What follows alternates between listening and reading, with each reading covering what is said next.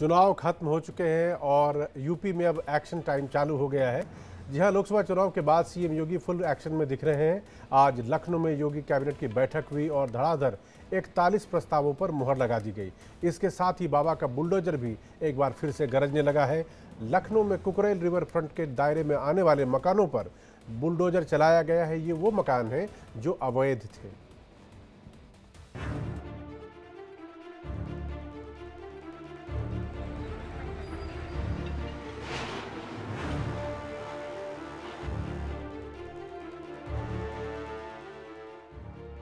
लोकसभा चुनाव के बाद लखनऊ में योगी कैबिनेट की पहली बैठक हुई और इस दौरान 41 प्रस्तावों पर मुहर लगाई गई, जिसमें राज्य विश्वविद्यालय से राज्य शब्द हटाने का प्रस्ताव पास हुआ।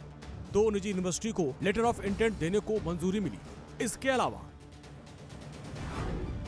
नई ट्रांसफर नीति 2024-25 को भी मंजूरी दी गई, जिसके तहत मंडल में 7 साल पूरे हो चुके ग्रुप ए और ग्रुप बी के अधिकारियों का ट्रांसफर होगा। पुराने अधिकारियों का ट्रांसफर पहले होगा। बरेली में फ्यूचर यूनिवर्सिटी, गाजियाबाद में HRIT यूनिवर्सिटी को मंजूरी दी गई। इसके साथ ही हुडको के लिए 1000 करोड़ के लोन की गारंटी सरकार लेगी। IIT कानपुर में मेडिकल रिसर्च सेंटर बनेगा। 500 बेड के सुपर स्पेशलिटी अस्पताल बनाने को भी मंजूरी दे दी गई है। लोकसभा चुनाव में मिली हार के बाद सीएम योगी फुल एक्शन में हैं। उन्होंने सभी विभागों के मंत्रियों को कड़े निर्देश दिए हैं, जिसका असर अब दिख रहा है। लखनऊ के प्रभारी मंत्री सुरेश खन्ना सफाई का औचक निरीक्षण करते नजर आए। उन्होंने नगर निगम के 4 वार्डों में साफ सफाई का निरीक्षण किया और सफाई कर्मचारियों पर एक्शन का निर्देश दिया।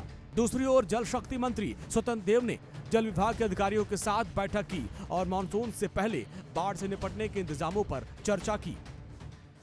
तालाब मई में भरने को होता है। राज्य के अंदर जितने तालाब हैं, यांत्रिक के द्वारा, ट्यूबवेल के द्वारा, नहरों लगभग 22,000 के ऊपर हम लोगों ने तालाब भरे हुए हैं। बुंदेलखंड बिंद और अपना बुंदेलखंड है जो है 2 महीना में जो शेष परियोजना हमारी बची हैं वो भी पूर्ण हो जाएगी। योगी ने सभी मंत्री विधायकों को साफ कह दिया, लोकसभा चुनाव में मिली हार से ऊपर उठकर जनता की समस्याओं का तत्परता से निदान करें। हार की समीक्षा के साथ साथ बीजेपी का फोकस अब विधानसभा की 9 सीटों पर होने वाले उपचुनाव पर है। सांसद बनने वाले 9 विधायक इस्तीफा देंगे और इन सीटों पर बहुत जल्द चुनाव होने वाले हैं। इन 9 सीटों में 4 समाजवादी पार्टी के पास है, जबकि 3 बीजेपी के पास, 1 सीट RLD और 1 सीट निषाद पार्टी के पास है।